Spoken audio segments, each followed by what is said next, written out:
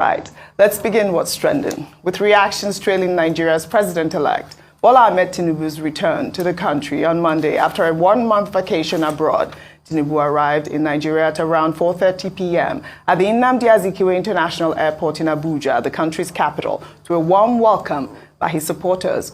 On March 22nd, Tinubu's media office had announced his departure from Lagos to Paris to rest and prepare for Lesser Hajj in Saudi Arabia and Ramadan fasting. The trip elicited speculation and controversy around the president-elect's state of health. However, Tinubu, upon arrival, denied any claim of ill health. I'm healthy as the sun, and I'm okay.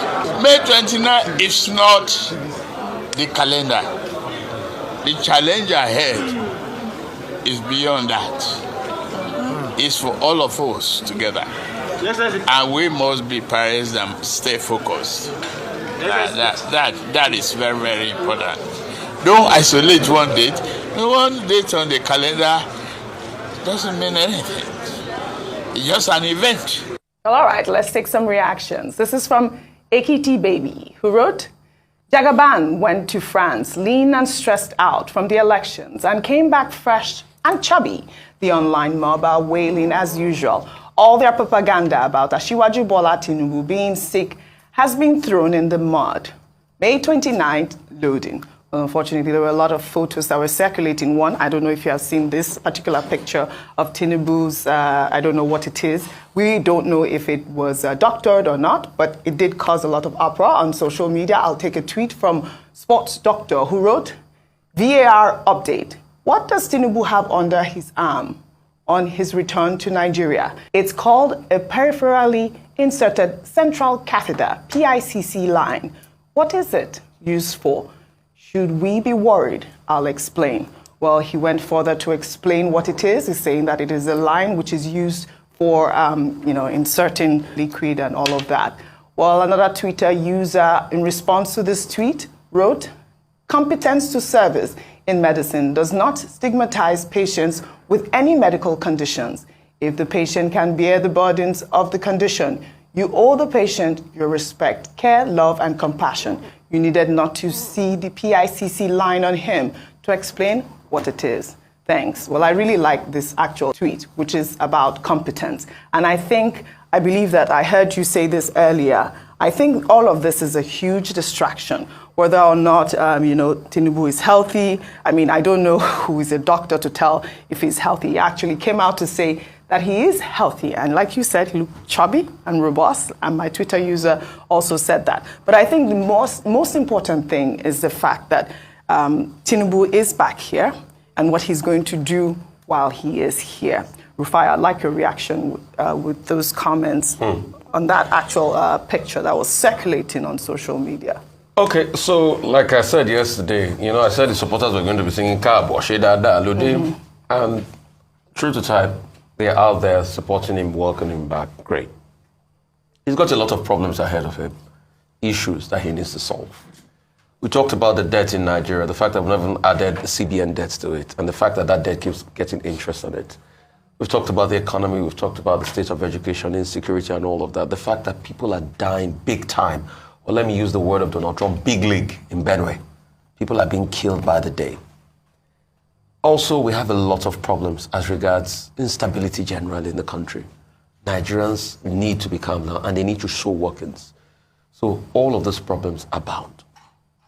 But also concerning that picture, I have not been able to forensically verify. Because in this day of AI and all of that, I like to forensically verify pictures before I say it. But there's been many look at the picture, and there's been many zoom at the picture that saw that. In fact, specifically, I think a certain newspaper put the same picture they took online, and when I zoomed into that, I saw it. But that picture I've been taking of this morning. Secondly, there is no qualms about people feeling unwell or anything, but he has not come out to say he's feeling unwell. Truth has to be told. It's just in the interest of public accountability. Because he is state property now, and a lot of Nigerians are saying when there are discrepancies, come out with a statement about your health. It's as simple as that. Nobody wants a president to fail in Nigeria, because if he fails, we all fail. But there must also be a level of public accountability. And what is the antecedents? Umaru Musa Yar'Adua, we all remember the case. It was during the campaign trail. Umaru, you remember the call and everything. And Umaru went through his own health challenges in office. Till today, it is sad that we didn't even know what happened. So we are just saying for the sake of public accountability. And it's not only him. Please, anybody that will become president next in Nigeria, after him, or whatever happens in the future, please let Nigerians know your health record. Because see, if you want to keep your health record to yourself, don't come out or run. But the part I will never agree in my life to is the fact that you say we should not subject people to public accountability. That's not right. If leaders can declare their assets while coming into power, why can't they declare their health status? Because before he's sworn in, he has to do asset declaration. I not be so. So it is also great so that Nigerians should know what they are dealing with. See, anybody, I've talked about even from American president that was on a wheelchair and was one of the most effective American presidents, and he won a third term. Franklin Delano Roosevelt. So there's no big deal, but at least let people know. But the whole America knew Roosevelt had polio. It's just accountability we are calling for. Simple. That's my point on this. All right, Dr. Bati, your thoughts on that picture? Okay, well, first, let's join others in welcoming him back. Unfortunately, the Nigerian Constitution does not state that you must declare your health status. What it says, it talks about incapacitation. And the Constitution is very clear in that regard.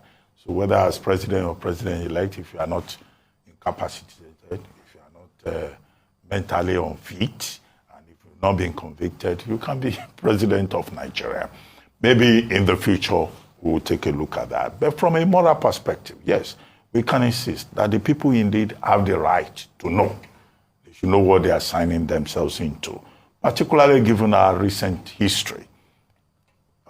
We had Umaru Musa Yar'Adua, who were told he was fit, but he died in office. We had, a counter-example with President Muhammadu Buhari, who everybody said was ill and all of that, but today he looks even healthier than you, Ojineka. Oh, Tinubu looks healthier than me? Not Tinubu. Wait, I said Buhari, okay. President Buhari. Oh, he looks healthier than me? If you see how he's bouncing up and down, well, like a teenager. I'll give him one thing, though. I remember when he was, conferring those national honors, he stood like a general for hours. That one I'll commend him. But Dr. Abati, I'm not. I'm just pulling your legs, I'm not playing gender politics. I'm just saying what we have seen. Health, life, all of these things belong to God. Yes. Okay, and not being medical doctors, we can't, on the basis of photographs, just reach conclusions. However, let me make one point. Maybe one major lesson with democracy is that democracy also allows the people to make mistakes and learn from their mistakes. My major worry in Nigeria is that we don't learn from our mistakes. We keep doing the same thing over and over again. I was saying earlier on this program that, maybe Tinubu is more Nigerian than many of us. That's why he's president, because that's the kind of country we have. A friend sent me a message and said, no top journalist in the US or Britain will say the prime minister or the president is more Nigerian. Well, that's comparing apples and oranges. We live in a funny kind of country, whereby actually the man who becomes president of Nigeria is a monarch. He's given almost absolute powers. And you will see what will happen. It's not only Tinubu that will be exercising monarchical powers under Section 5 of the Constitution, 1999 Constitution. Even his wife we operate like a queen, in a monarchy. Even his children will